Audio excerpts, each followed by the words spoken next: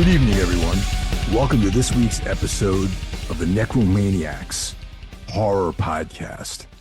How's it going, Mike? It's going good. You had Mr. Jeff for a couple of weeks, and now you've got Mike Scandato and Mike Hill. It seems like you had a pretty big heavy metal weekend this past weekend. I did have a nice heavy metal weekend. Before we got rolling, it dawned on me that I've been to shows 4 weeks in a row on Saturdays, basically. Going back to I saw, Blood for Blood the other week, which I believe I mentioned when I was on the show. They did a sold out show at Monarch. And then I saw Autopsy, which was excellent.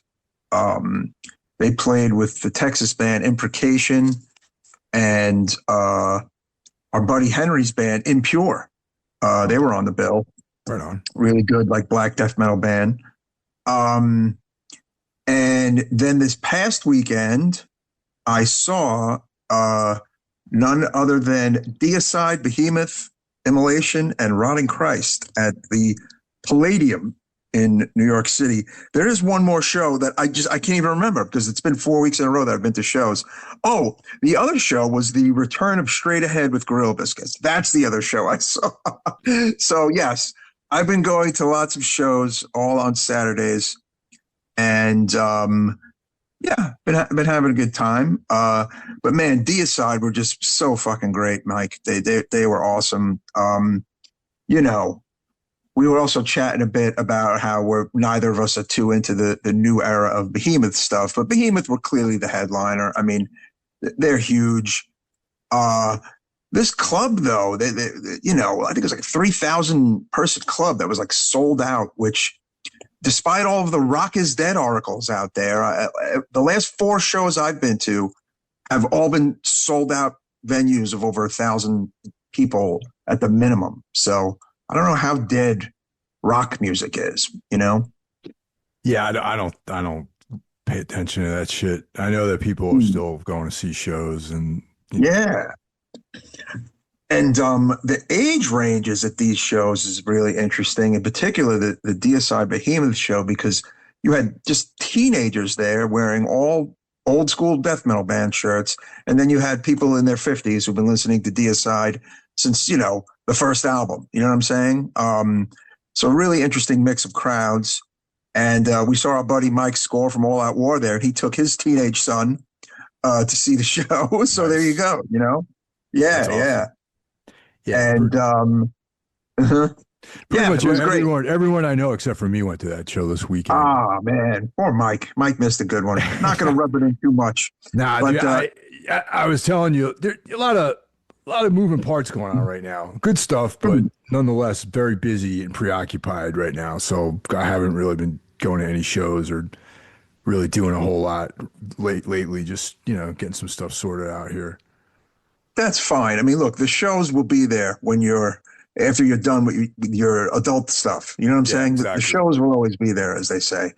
But Immolation were great. Got there early, specifically to see their whole set, and they just fucking killed it. Rotting Christ were very impressive. Also, I kind of forget just how big they are too. Yeah, actually, totally. They're kind of getting a bit of a resurgence, and Deicide's definitely going through this kind of multi-generational resurgence, which is great. They did it. They did 3 songs from Once Upon the Cross, which is one of my favorite albums. And then they kind of sprinkled it with 1 track from Legion and Scars of the Crucifix and Stench of Redemption. And they did 2 from the first album. I like the set list a lot. I mean, look, they have a bunch of records. They want to touch on everything, For this particular tour, though, they didn't do anything off the last 2 albums, which is interesting. They did pretty much exclusively older songs. I actually liked their 2024 record. I thought it was pretty cool. But when you have that many records, it's hard to pick a set list that everyone's going to like, right? And also those guys, when your band's been around that long, they kind of know where their bread's buttered. You know what I mean? Yeah, yeah. Not to say that their last few records weren't great, but it's people want to hear like the fucking spectrum Yes. of Hmm. stuff. You know what I mean? Yeah, yeah. It's funny. Like I said to my friend, I was like, Glenn Benton is like the John Brannon of negative approach of death metal because he doesn't say a word on stage. Like he does this thing where, like he literally, I think at the very end of the set, he said something, and that was it. Like he's not a big chatty guy, and I like that. Like I like the no talking Glenn Benton. I'm into that. He wasn't always that way though. No, he did used to say more. Yeah, like you Yeah. watch YouTube shows from the early to mid '90s, and he definitely used to say more on stage. Now he's just kind of all business. Um, but yeah, man, they're just something about them, just nostalgic for me. I mean, I've been listening to them since I was like 17, so you know, they're a big deal. They're like right there with Obituary, Morbid Angel, and Cannibal Corpse as like my all time faves. So yeah. I mean, they were like one of like when I first heard Deicide, it was like probably the most extreme thing I think I've ever fucking heard, man, to be honest. Yeah, the Like, self-titled and Legion to me, I maintain to this day, they're like they sound scary. Like yeah. they're scary records. And Legion in particular is very dark. And I have complete full memory of hearing the self-titled for the first time and just being like, oh my God. I was like, this is insane. Yeah, And it was definitely. reminiscent of being at like 11 and borrowing my brother John's Show No Mercy record, which scared the shit out of me too when I first heard it when I was a kid, the first Slayer album. Yeah, yeah. Well, there's three bands that have scared me when I first heard them. Going all the way back. Of course, Black Sabbath, the song Black Hmm. Sabbath. Yeah. Oh, yeah. Hmm. Early Slayer. I Hmm. mean, all those first few records, not Yeah. specifically Show No Mercy, but like the whole fucking '80s, maybe pre Seasons of the Abyss, everything that came out, Yeah. Okay. Oh, I would agree with that. Yes. Yes. scary, Hmm. scary, terrifying music, and then Deicide were just fucking scary bands. Yeah, and I would put alters in there too. It might not rank as high as the ones you mentioned, but it's in like a top 10. I think Altars of Madness is probably the scariest sounding Morbid Angel album for Yeah, me. yeah, definitely, Oh man. yeah, I mean, yeah. that's like two Blessed and Altars are two of my favorite death metal records of all time, actually. So yeah. Definitely. But yeah, man. I mean, it's fun to go to these big shows with like the legacy bands because everywhere you turn, you run into like an old friend. So that's fun. I was there with Hank, and we had a good time. Yeah, dude. I like Friday, my drummer was like, you going to Deicide this weekend? And I'm like, what? Like that's this You're like, weekend? oh no. I remember planning to go months ago and I heard about it. I'm like, oh yeah, I gotta fucking go to the show, man. And then it's just like didn't get tickets. And then, and I was explaining to you just, the whole stuff going on, nothing bad is going on in my life right now, but it's just very, very busy Busy, with yeah, sure. adult stuff. And That's and totally next fine. thing you know, it's like the show's this weekend. And I was like, fuck. Mm. Yeah, I mean, but like I said, you're eyes on the prize, as they say. Yeah, this is true. You got to do what you got to do. But aside from that, you want to do the plugs before we Yeah, let's do talk the about what else plugs. we're checking out? Or, Yep. yeah, we'll do the Let's do the plugs. plugs. Why not? So Yeah. you guys, if you're listening to this show, you should be listening to the rest of the Horsemen of the Podcasting Apocalypse podcasts and kicking everything off every other Monday. We've got Brandon Legion's Horror Wolf 666. On Tuesday, we have the greatest metal podcast in the land, Jackie Smith's Into the Necrosphere. Yours truly will be on, I believe, this week's episode doing the news rant, Mr. Hill. Oh, very nice. Those are always a lot of fun. So, yeah, tune into that. You get to hear me and Jackie talk some smack about things. And I mean, I always have so much fun being on that show to do the news rant. It's, I would do it every week if I could, but, you got to let some other people do it. Yeah, make sure you're listening to and subscribe to Into the Necrosphere. Wednesday is Everything Went Black, which is my personal podcast, doing a bunch of different stuff. A lot of collaborations right now. I've got the Black Lodge collaboration with Brandon, where we talk about Twin Peaks, and I have the Darkness Weaves collaboration. I do with Clark. We talk Clark, Carl. Me and Carl, where we talk about Carl Edward Wagner's stuff. And we're also kicking off the Savage World of Robert E. Howard. So that's Very another cool. collaboration. Also, we have Iblis Manifestations on Wednesday. That's right. Coming to you on Thursday. Why it's the Necromaniacs podcast. You're listening to it right now. Featuring, well, horror from any decade coming at you every week on Thursday. Don't we have something else on Thursday? We have day one of Soul Knox, the aforementioned Carl Hikara. He hosts this podcast. It's for all things dark, mysterious, evil, like that sort of thing. That's right. Friday? What about Friday, Mike? Friday, we have my brother, John Draper, along with his co-hosts, Bisho Bryant and Shaheen, with the excellent Spitball Media podcast. If it wasn't for brother John Draper, I wouldn't have known about tonight's film, actually. So thank you, John, for, plugging me into this film that we'll be covering tonight. But make sure you're checking out Spitball Media. And I'm just going to do another additional plug for my brother John's record that came out about 2 months ago, Lament Drowning Room. The vinyl is available at Rev HQ, where you can get all of your hardcore needs. It is also available at Generation Records. And in Europe, it is available through Cortex and Light the Fuse Records. So check out the Lament record. It is damn good, Mr. Hill. Yeah, I'm going to fuck with it, definitely. Yeah. It's also on Spotify and on Apple, of course, and Bandcamp, etc. Lament Drowning Room. Check it out. Saturday is a day off, though. So it's, we work hard bringing you guys this content every week, but Saturday's a day off. But don't worry, because on Sunday, Carl Hikara returns with day two of Soul Knox. And like I said, All right. We've got all those collaborations going on, so check them all out, too. And there you have it.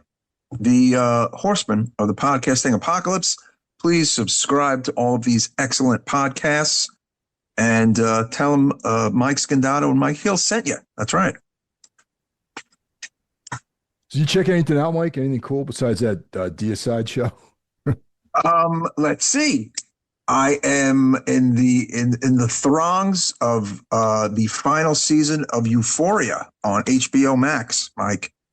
Did you ever fuck with Euphoria? Nah, that show makes me very uncomfortable, so I couldn't watch it, really. This season is insane. They did a time jump, where, I mean, it had been a few years anyway, but they decided to kind of move the kids out of high school and whatnot and into like their early 20s, of course. And this season is like bonkers, is just as much as prior seasons, but it's more violent. I almost feel like it's even darker. There's like a grindhouse movie element to this season, Mike, that I'm really enjoying. We've got strip clubs and hookers and drugs and death and, sex and trans and drug. It's just, think of something. It's there. That's what Euphoria is kind of all about this season.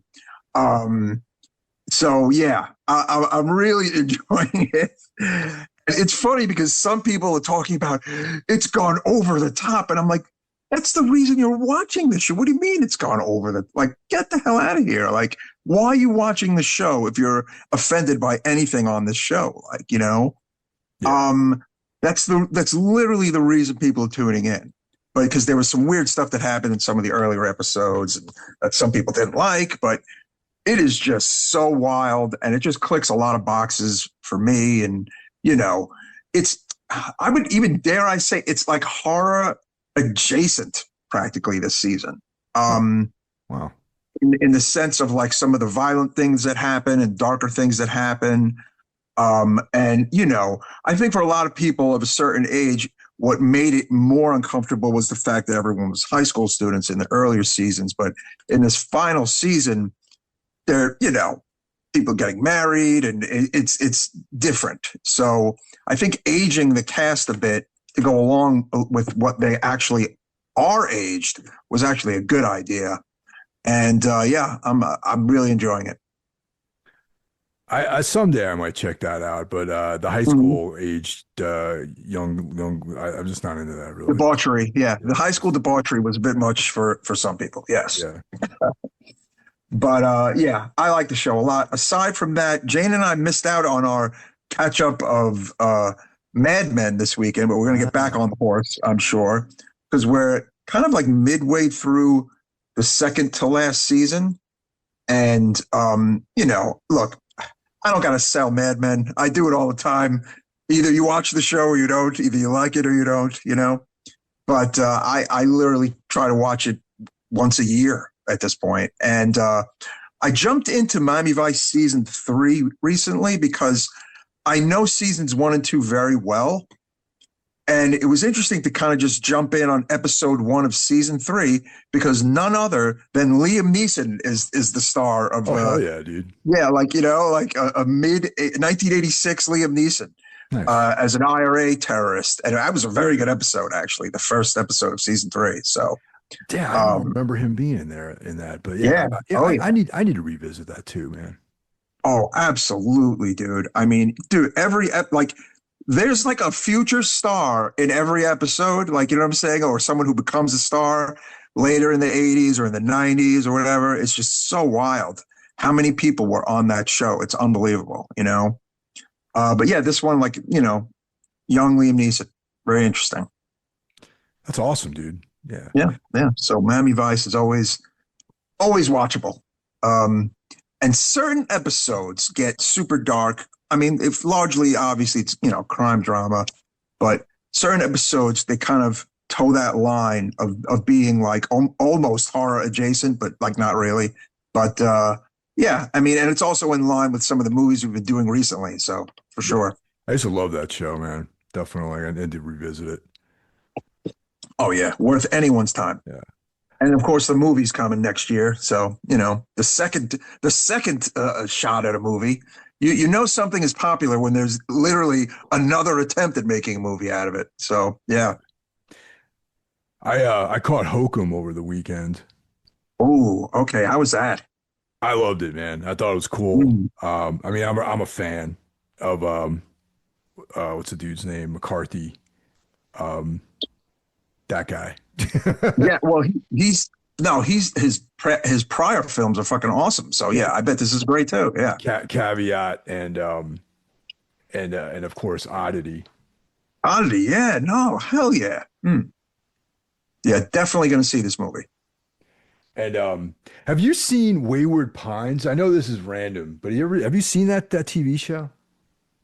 No, but I remember the name. Is it worth watching? Um, I'm gonna say yes. Okay. Yeah. The dude's name is Damian McCarthy. Yeah, no Sorry about problem. Yeah. that. Okay. The guy from who did Hokum and Caveat and all that. All Mhm. right. Matt Dillon's in it. Is at least in the first. There's 2 seasons. It's very M. Night Shyamalan-esque. Wait, what years are we talking about? Maybe did I see this show? I started watching this. I watched like the first 3 episodes during the pandemic, and then for Hmm. whatever reason it dropped off. And then last week we blazed through the entire first season. Oh, okay. It, What's it streaming on? it's on Hulu. Okay. Hmm. Yeah. Matt Dillon's in it. Juliette Lewis is in like 3 episodes. It's like very, very much. It's like a pretty trippy story. You know, it starts off and then takes a fucking left hand turn and just keeps going. So it's interesting. Well, yeah, I kind of remember it, and I like Matt Dillon, so I think I'm going to check this out. Yeah, Matt Dillon always sells me on movies. I'm a big fan of his too. Yeah, like I feel like someone's got to grab him in something like a drama, like a big drama, but like at his current age, like you know what I'm saying, to Yeah, like have him kind of flex his acting muscle once again. yeah, because he is a fine actor, definitely. Yeah, he really is Yeah. understated. But yeah, that's about it, man. Just reading a bunch of stuff, just nothing, nothing too notable. Rereading a bunch of stuff for the podcast with Everything Went Black. But yeah, I mean, Mm. I mentioned to Jeff that I finished the Adam Neville monumental book, so that Oh was yeah. It's funny, like, we saw Fulci with Cannibal Corpse last year, and 20 Buck Spin just dropped like a new two-song, like 12-inch for theirs that I picked up. And they were booked on the Decibel tour, but they're not on it at all, actually, and got replaced by Spirit Adrift. And that tour came through town, I think, Friday night, as opposed to the Saturday was the big Behemoth show. So, like, it's funny. I'm glad I didn't buy a ticket to that because, like, Fulci was like a big part of the reason for even going to that show this year. Like, the Decibel tour is kind of, it has like the current Cryptopsy is the headliner, and Necrot and Spirit Adrift, and but to me, Fulci was like a big deal, like, yeah, no, totally. But they announced something that because of like visa issues or whatever, they're not getting into the country again until 2027 or something Oh, like that. And I'm like, Jesus. oh, geez, what the fuck, Yeah, So that kind of sucks. it's fucking But it made me think of Fulci. Like, I've been acquiring a bunch of new vinyl that I often sometimes on like Saturdays or sometimes Fridays after work. Those would be the times when I kind of plunk down and play them. But my to play pile is now reminiscent of my to watch pile of Blu-rays, which is not good, as I say. So, No, yeah. speaking of A lot Fulci, of records. Mm-hmm. not the band who are a The fine band. director, yes. They're a fine Mm-hmm. band, fine band. Yeah. I'm a fan of theirs. But the director, I feel the need to talk about those three films of the Beyond, Gates of Hell, and House by the Cemetery. Okay. I could have sworn we've done one of those three at least. But if whatever we haven't done, we should do. Yeah, Um, if we haven't, I'd be shocked if we haven't done Beyond or House by, because I feel like we might have. But again, we got to look in the we have annals. to look through the archives. Yes, we'll Yeah, have to look through the because I the think that we Necromaniacs intentionally archive. stayed away from a lot of the more popular films. Right. No, I know that. We definitely did a bunch of his other lesser known films. Yeah. And of course, raved about those. But yeah, oh no, if we in fact have not done most of those three, or potentially none of those three, which I don't know, we will. So yeah, that sounds like a good idea. Yeah, because I recently watched The Beyond and I'm like, fuck, that movie rules. Oh no, that's like my Fulci movie. Like, I saw that in the theater in '98. Like, I fucking love that movie. Yeah. I've seen Yeah. that in the movies. I've seen that in a theater too, actually, Mm. back in the 90s. It's a great, great movie to see in a theater. Yeah, Quentin Tarantino helped get it out in the theater that summer, actually. Yeah. That's how I remember seeing it. Yeah. Let's do some calls. Um, We got some let's calls. do some calls. We got two calls. Let's go. So if you want to call us on the Necrophone, you can hit us at 908-913-0782. 908-913-0782. First up, Tavis. How's it going, guys? Tavis in Pittsburgh. Checking in. Show's been great, man. You guys been covering some proper, grim, true horror stuff, man. And I don't know, like I said, I saw Requiem for a Dream when it came out in the theater and haven't seen it since. And just hearing you guys talk about it, man, I had to like go watch Police Academy 4 just to like lift my spirits. That's a rough one. But also you had mentioned one of you guys about Mr. Majestic, and that made me think of that Bronson movie 10 to Midnight. I don't know if you guys have ever seen that. That's a really good one. Probably like the most horror, like film that Bronson made since probably House of Wax or something. It also has like a cruising connection because the guy who plays the killer is the same actor that played one of the transvestite hookers from Cruising that Joe Spinell roughed up. But yeah, if you've never seen that, definitely worth checking out. It's from the Bronson canon era. And I also want to say, yeah, Mike, good to see you in Philly, dude. Tombs was awesome. That was probably the most vicious ripping set that I've seen from you guys, man. You weren't fucking around at all, and it was really, really good. And also super cool to meet Mike from Telford, man. It's a cool motherfucker right there. And it's great to finally meet you in person. And show's been great, guys. Hope you're all doing well, and talk to you soon. Bye-bye. Yeah, dude, Requiem for a Dream is a fucking rough movie. Yes. Oh my God, yes. And it's funny you mentioned towards the end of the episode, like, yeah, Mike didn't want to do this one. I don't blame you, man. I kind of didn't want to watch it either again, but Jeff was like adamant about doing it. And I mean, I'm glad we did, but you know. Yeah, it's look, I saw it and it is a great movie, but it's not like, I don't know, like Martyrs, like you love Martyrs, and I've said multiple times that I am not watching it again. Like, you know, I mean, I'm on the same I'm just page, not man. watching it again. Yeah, like I love Martyrs. It's like one of my favorite movies, actually, conceptually. But it's not an enjoyable movie to watch, you know, and it's like, No. like I think I've watched it maybe 3 times in my life, but I fucking love it though. Yeah, look, I may one day rewatch Requiem, but what I'd like to do is actually read the book, actually. Oh, I'd like to read the book of Requiem. Yeah, I read all his books, all his yeah. So you know, I'd like to do that. Yeah, you know, it's a lot of people can hang with it, a lot of people can't hang with it. It's just one of those things, you know. Just real quick. So we did 10 to Midnight years ago. Mm-hmm. Yes. Yeah, great movie. I mean, I'm a Charles Bronson fan, and that movie is actually one of my favorite movies that he's done.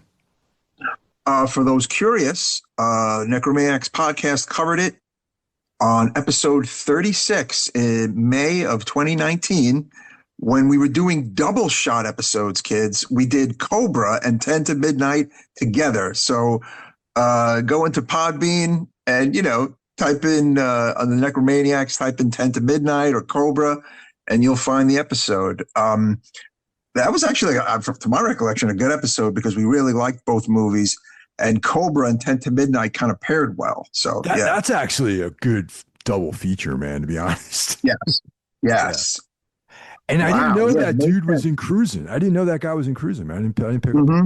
Interesting. Yeah. I mean, then there's the, oh man, there, like, you know, like all these actors did like a dark movie around this time. Isn't there like a Burt Reynolds kind of darker one too from this era?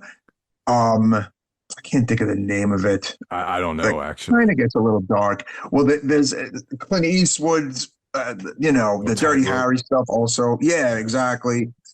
I feel like Bronson had a lot of dark movies, though. You know, Death Wish, fucking dark. Oh, the Chuck Norris one, Mike. What's the Chuck Norris one from around this time that skates kind of horror? Oh man, I can't think of it. Yeah, it's on the tip of my tongue, man. Yeah, that one we've never done. But I'm gonna reevaluate and remember it, and maybe we could cover that one. But Cobra and 10 to Midnight have those, you know, dark vibes, which is why we did them together. So yeah. Mm-hmm. Well, thanks a lot, Tavis.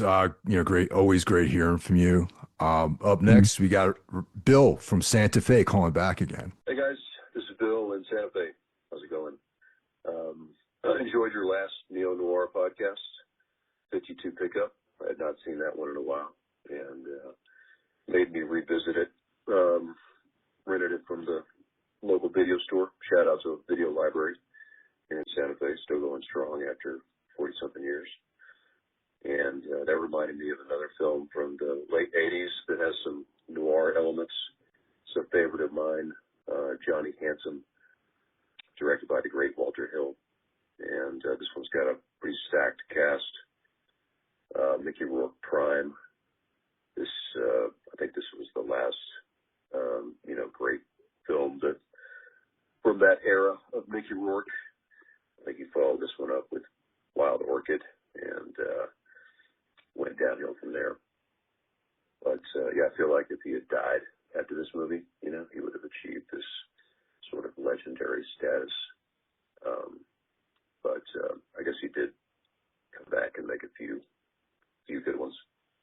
But you've also got Morgan Freeman and Forrest Whitaker, Ellen Barkin, the incomparable Lance Henriksen in one of his more scenery-chewing sort of badass villain roles.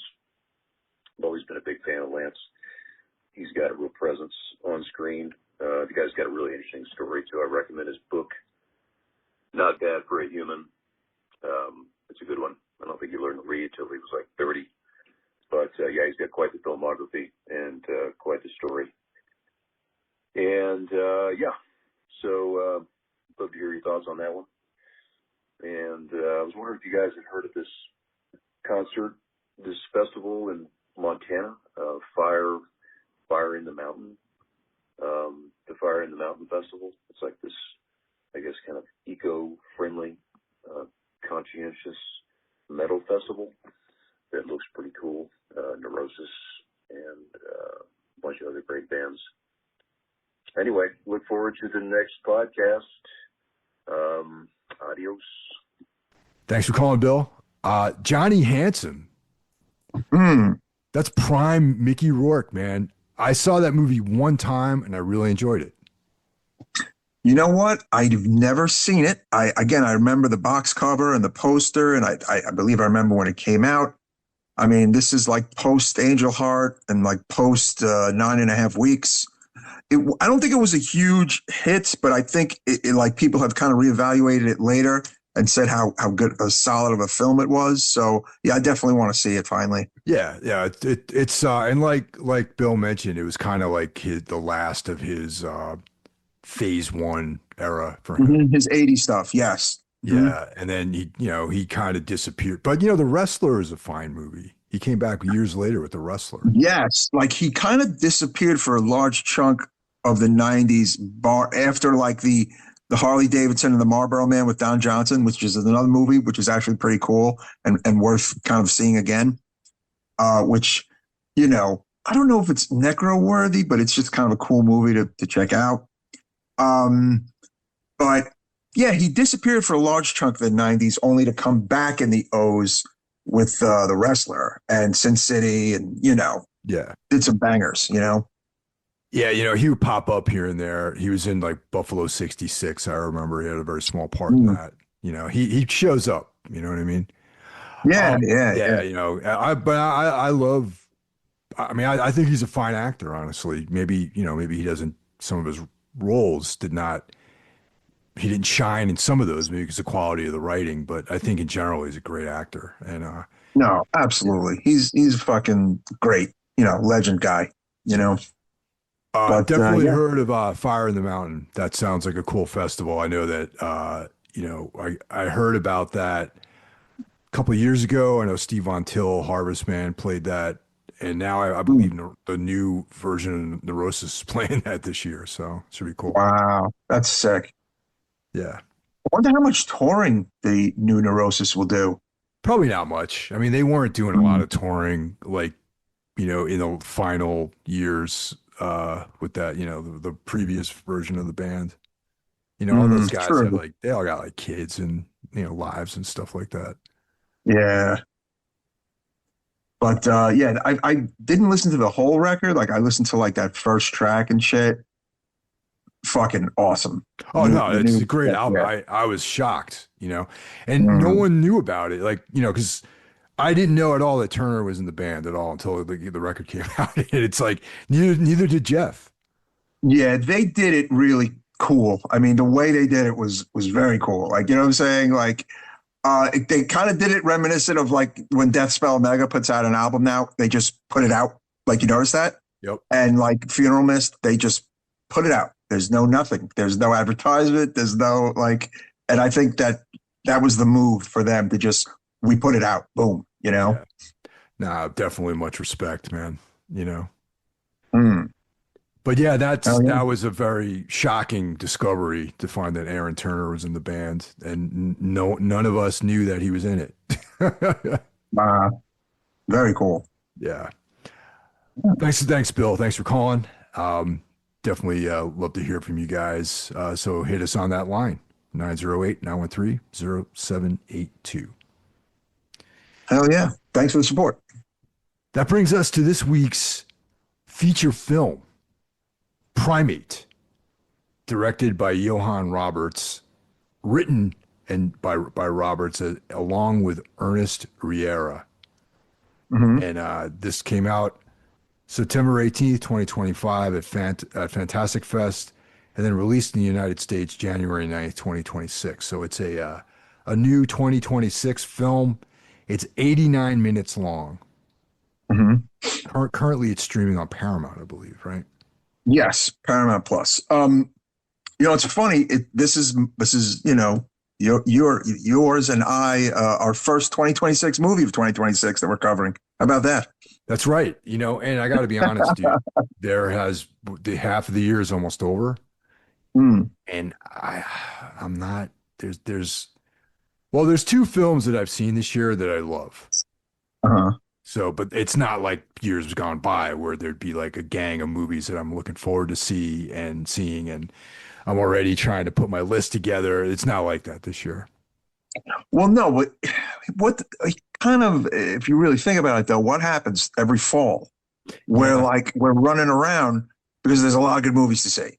So I really hope that happens this year again. Yeah. Well, we got another Robert Eggers film. We got Werewolf coming out later this year. Yeah. I mean, I think everything will work itself out, but for the most part, yeah, you're right. Nothing too crazy.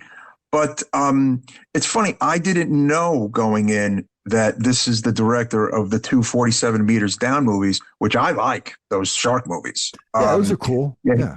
That first one, fucked me up. I really liked it. And the second one is even more intense. So good to see him, sticking with horror and, with animals. I mean, it's interesting to see another animal horror, although this is CGI. There are many moments where I definitely forgot it was CGI. I'll tell you that. Yeah. We'll get to all that. Yep. So the cast, we got Perdita Weeks as Scarlett Marlowe, Johnny Sequoia as Lucy Pinborough. Mm-hmm. Johnny Sequoia, that's a cool name. That is a cool name. Yeah. Johnny Sequoia. Jessica Alexander as Hannah, Troy Kotzer as Adam Pinborough. He's actually kind of the father of the young girls in this, and he's an author and yes, owner of the I don't know if owner is the right word, but owner of the chimp in question. Yes. Yeah. Right. Exactly. We got Victoria Wyatt as Kate. That's one of the best friends of the main character. Mm-hmm. Gia Hunter as Erin Pinborough. That's one of I guess Ben is the chimp, right? Yes, Ben. Yeah. Does he get credited here? The chimp? I mean, that's a good question. I mean, it's not a real chimp. I mean, but again, I will say, especially early on, it looks damn good, the CGI. Did you think it did? I mean, it looked as good as a CGI chimpanzee is going to look. You know what I mean? Okay. Yeah. I hear you. Yeah. I mean, did you recognize anyone in this movie? I was going to bring that up. Absolutely not a single person. No. Yeah. Nope. Interesting. Yeah. I mean, look, for all I know, there's a girl or a guy in this movie that's been in a bunch of shit, but on an initial watch, no, not a single person in this film. So interesting. Yeah. Yeah. So, yeah, I don't know. It's Uh-oh. so we got a chimp who's like really smart, and then he gets bitten by a mongoose and contracts rabies. Yes. Now, I thought how they kind of kicked it off was interesting, where it's like, I mean, we don't really know that just yet. We just, there's a guy going into the cage, you give him a shot or whatever.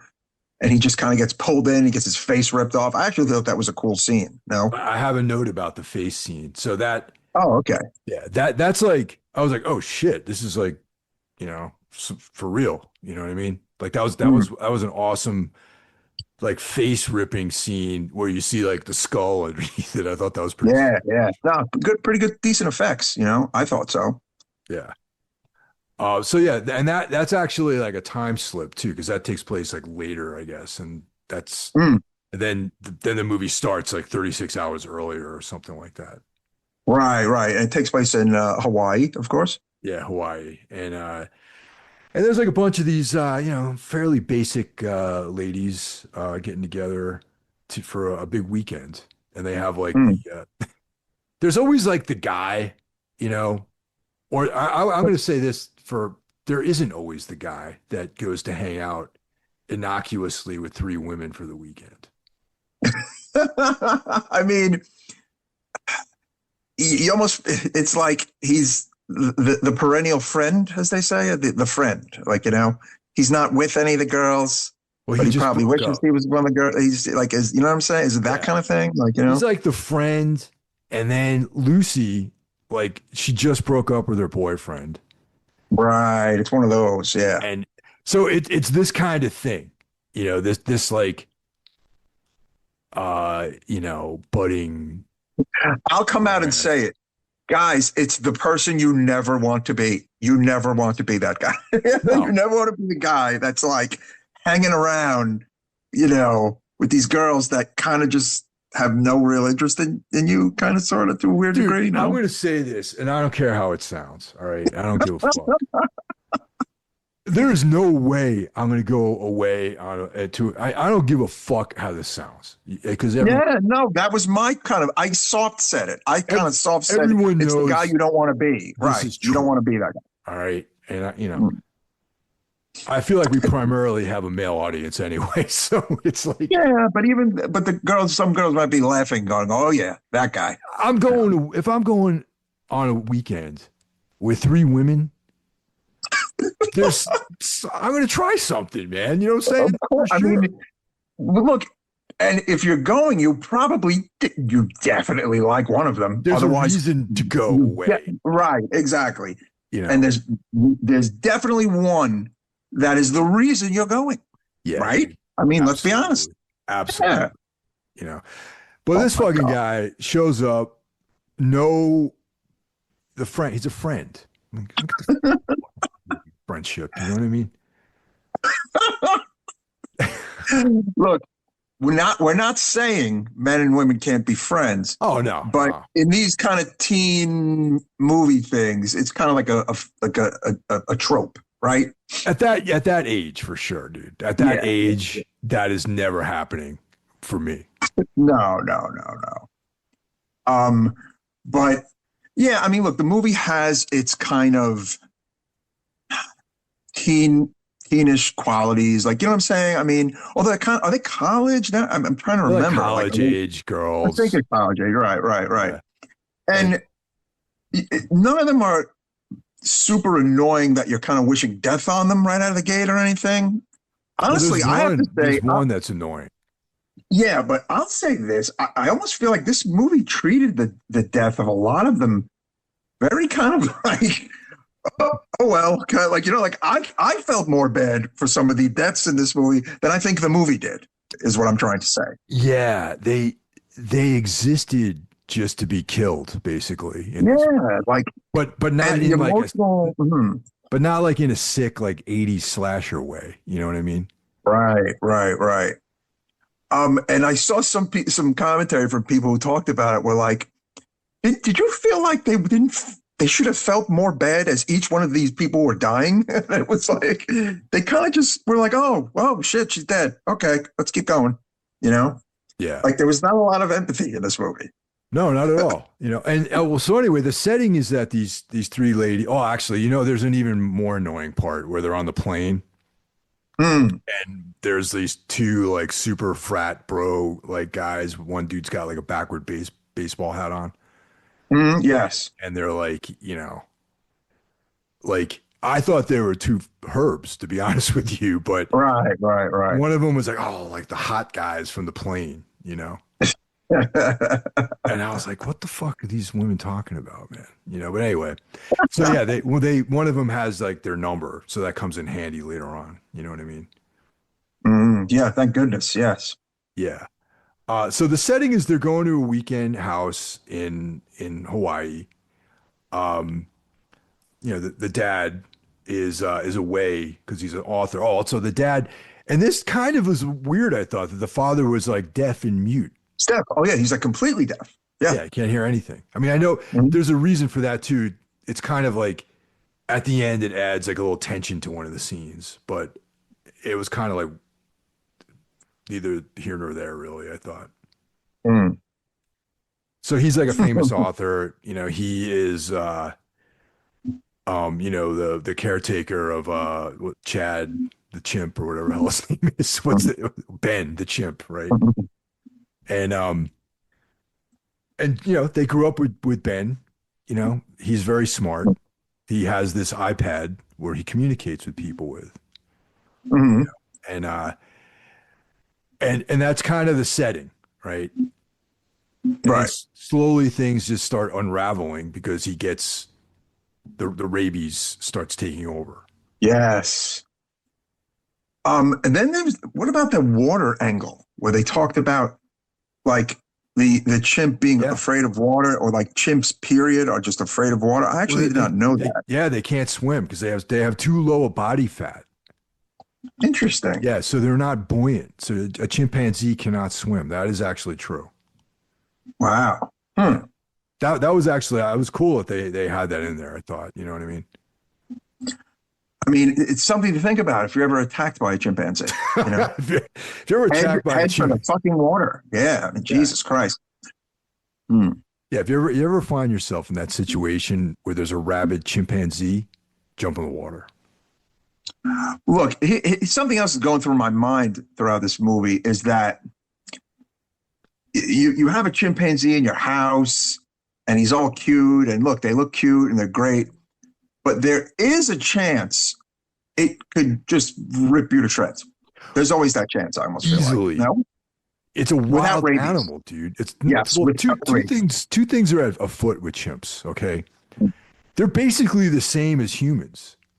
Mm. Like there's so little difference on a DNA level between a chimp and a human, which means that they have all the evil, like underhanded, sort of sadistic tendencies that people have. So Yeah, and like there'd always be that thing in the back of my head. Like even if I pet one or shook its hand or whatever, I'd just be like, it could just kill me at any time. and it's a wild animal and they're strong and they're like Mm. a tiny little chimp like that would just fuck you up, man. I know. And the one Oh thing my I God. do know, which was kind of cool in this film, is the deaths. Like there's a lot of jaws being ripped off and stuff like that. And Yeah, there was some nice kill scenes where they really kind of went for it, you know? but apparently that's the move with chimps too. Oof. Yeah. Ay, ay, ay. They rip off your jaws and they pull your genitals out too. Oh. That's the move, man. They destroy your face and your genitals. Oof. No, thank you. Yeah. But also, like it's crazy because you read stories about chimps and like they're very much like humans. They get jealous. They look for Mm. they look for revenge. Oh boy. Yeah, it's a bad idea, even if it's a super smart chimp. If I'd be even more scared of a super smart chimp because then he would be calculating to fucking get even with somebody or something like that. Right. So you know what? Shame on this dad for doing this to these damn kids. Yeah, man. Oh my God. So Unbelievable. I mean, there's always stories of like these like, animal behaviorists that they get killed by the chimps and stuff. Well, wasn't there like a woman who had Yeah. one for years and Yeah. loved it and gave it love, and yeah, it ripped it to shreds. Like it And- mutilated her face or something like that. And he killed a man because he was jealous too. Oh my God. Yeah. Ay, ay, ay. See, now this is at the far recesses of my memory, so someone check me on all this stuff, but I believe that's Mm, true. something like that. Yeah. Yeah. So yeah, that's the deal. I mean, the girls like grew up with the chimp, so they were used to seeing him around. And Yeah. and he's tight with Lucy, Lucy's Mhm. like, the daughter, and he's, you know, friends with her, in a way that Nick is friends with her too, I guess. The guy. Right. I Whatever happened. mean, All right, what happened to Nick? I I'm serious because don't know. I was like watching this movie, right? And there's Nick. And then I don't Mm, know, and then I lost track of him. Like what happened? Did he leave? that's a good question because I feel like that crossed my mind too. Um, and it's almost like worth looking into, like as we're doing the episode. Um, let's see what happened to Dick in the movie Primate. Let's see. What happened to Nick in the movie Primate? Let's see. Oh no, Nick is killed by Ben. Yeah, he's yeah. I must have been He looking at my oh he phone or oh something. dude, no. Oh wait, actually, dude, his death is really kind of a bummer. He's like killed early on. He's thrown over the cliff and they show his head bash on the rocks. You don't remember that? I must have been looking at my phone, dude, because Oh I gotta be. no, I'm gonna yeah, be yeah. honest with you. I was barely paying attention to this movie when we watched it, man. Oh, you weren't a fan. Okay, it's good. It's basically, I think it's going to come out that I liked it a little more than you. Okay. But yeah, that's how. Yeah, he was. Yeah, his death was a bummer. Like he just like fucking pushes him over, overpowers him, and throws him over a cliff. And since it's a horror movie, they want to show you his head hitting the fucking rocks. At the end of the cliff. So that's how he died. Okay, yeah, because I remember there was, I was kind of like watching the film, and then I realized that that dude wasn't around anymore, and I was like, wonder what happened to that guy. So there you go, I got And thrown to me, off. it's like worth noting. There's a bunch of girls in this movie. There's a bunch of friends, and only two of them make it out of this movie alive. Like nobody makes it out of this fucking movie alive. I thought that was kind of interesting. Well, the dad makes it out. I'm talking about among the friends. Oh, Among the the friends. friends, like Okay, yeah, there's a fairly large group of male and females. They all die in this movie. I was kind of not really expecting that for some reason, but um, and like I said, there's varying degrees of the level of being upset with the deaths of these friends. Some of which I feel are non-existent. yeah. It's Which they're they could have maybe very. worked on that, right? Like that you need something like in order for the viewer to be vested in the death of a character on screen, somebody in the damn movie needs to be vested in the death of a character. Don't you agree? I agree. You know, Yeah. um, they end up calling those two guys they met on the plane too, Yeah. and And so they're these, retarded. Like they come to the house and it doesn't dawn on them that something is horribly wrong as they're looking through the house, right? yeah, it's just It's like trashed and it's clearly something bad has happened. Like, I don't know. I thought that was silly too. very silly. And then, of course they get dealt with too. And Mm, one of the parts that I actually kind of liked was when the chimp Ben had his iPad and he's like, Lucy, mm, bad. yeah. Lucy, bad. That was like, Oh, there are some genuine creepy moments in the film, in my opinion. Some of the manner in which he kills some of these young people was pretty brutal.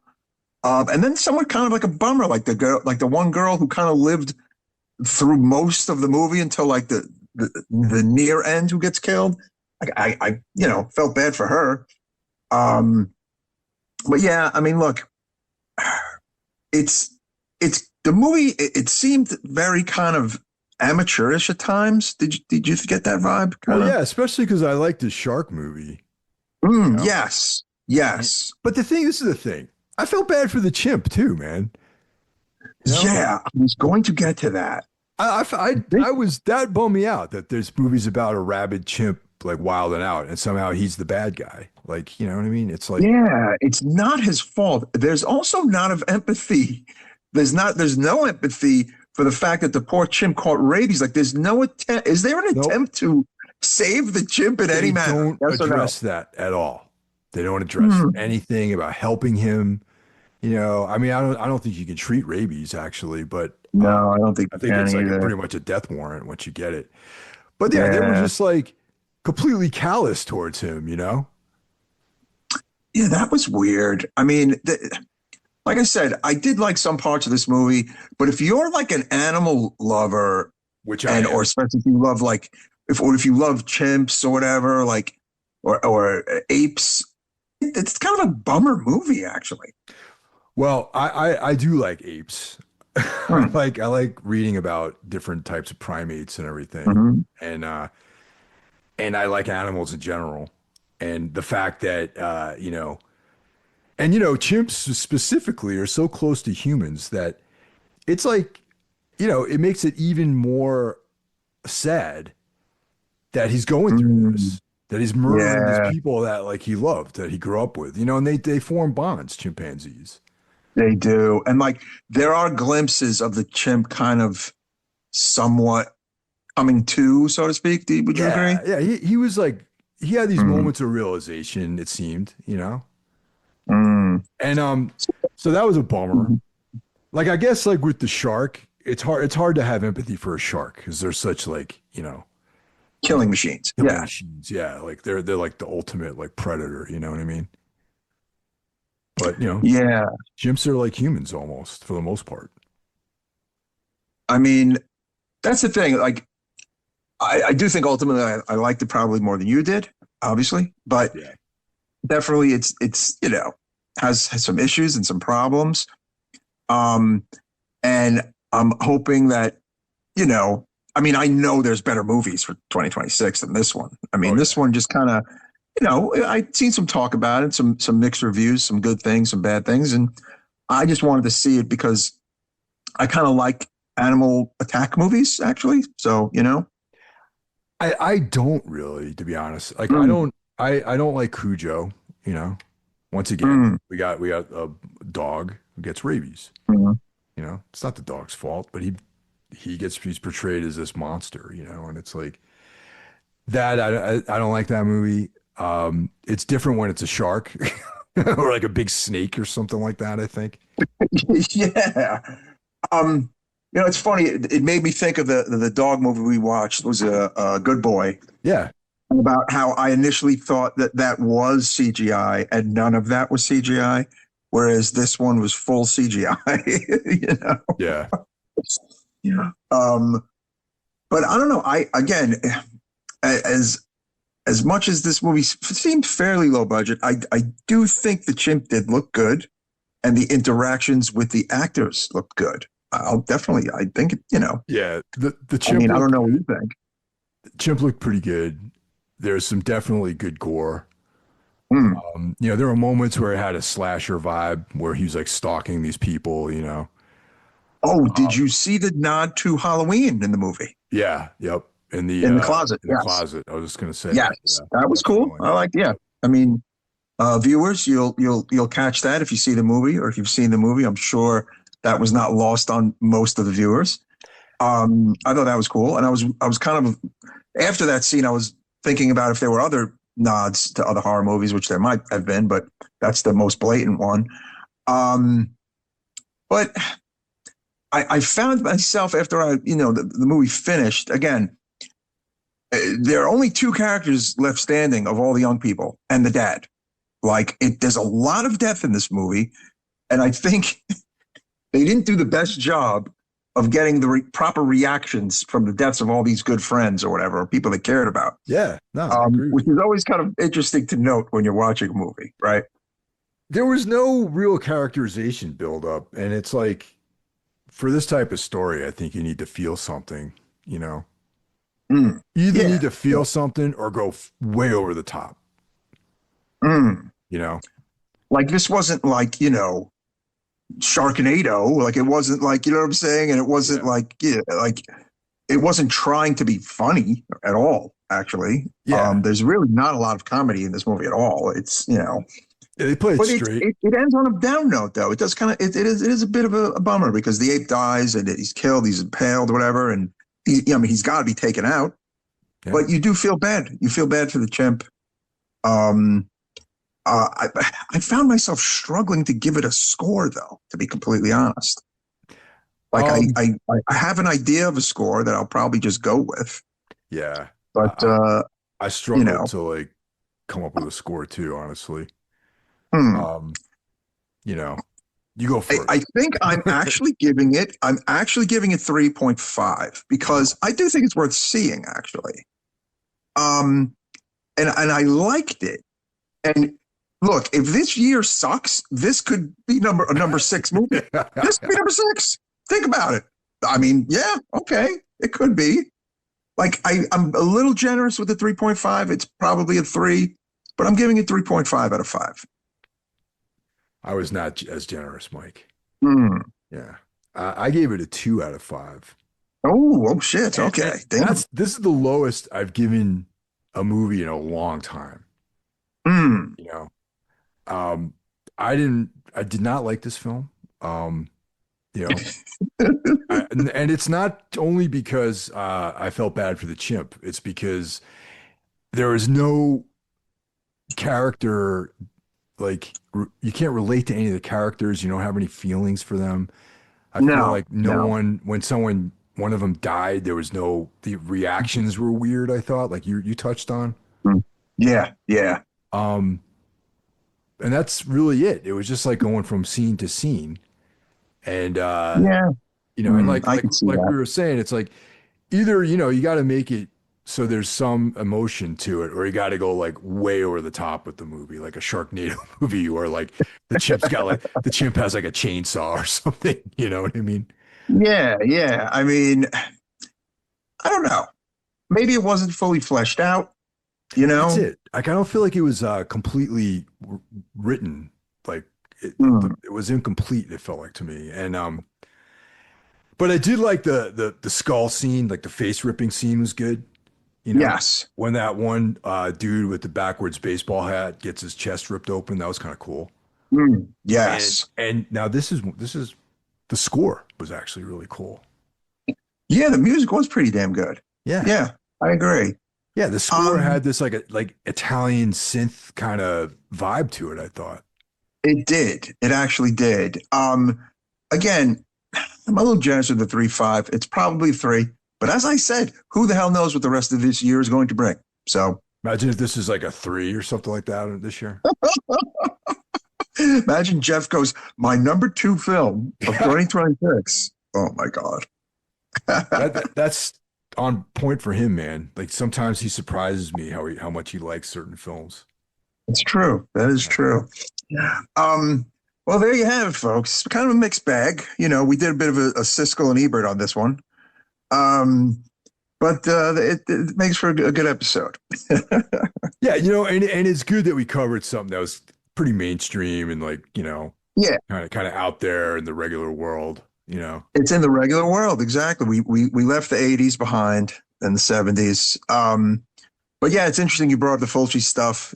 I have a funny feeling one of those 3 have been covered, but whatever has not been covered will be covered. Yeah. No, I mean, yeah, I'm not sure, man. If there is one that we did cover, it was The Beyond. Okay. Yeah, but I'm still not sure if we did that or not. It's been like, you know, maybe back. We have to really look. I feel like we would have done The Beyond and other films by Fulci. We wouldn't have did if it was in the era where we paired the movies together.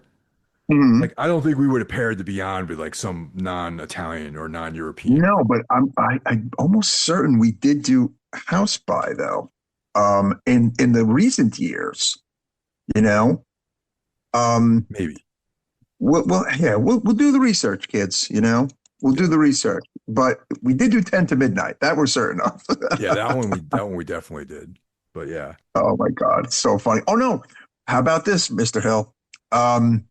We did House by the Cemetery, episode 216, March 21st, 2024. So we did do that one. Yeah, I knew we did it. All right. So there you go. All right, but I don't think we did The Beyond though. Let me see. I do not believe we did Gates of Hell either. Let's see. Gates of Hell. No Gates of Hell. And it does not look like we did the Beyond either. It's doing this weird verification thing. But we definitely did one of the three. All right. So House by the Cemetery, though I do love that movie, I don't like it as much as Gates of Hell or the Beyond. So those are cool. Okay. And I feel Gates and Beyond are more closely tied too. Yeah. Like these movies are referred to as his trilogy, obviously, but I hear you. Yeah. Interesting. All right. We'll work it out, listeners. Right on. All right. Well, you know, if anyone did like Primate, I'm sorry, but you know, was not my cup of tea, as they say. It's okay, man. There's other cups of tea out there. Exactly. This is but true. Thanks for another great episode, everybody. You know, we appreciate all the support, and we will see you next time, right, Mike? That's right. Everyone take care. Good night.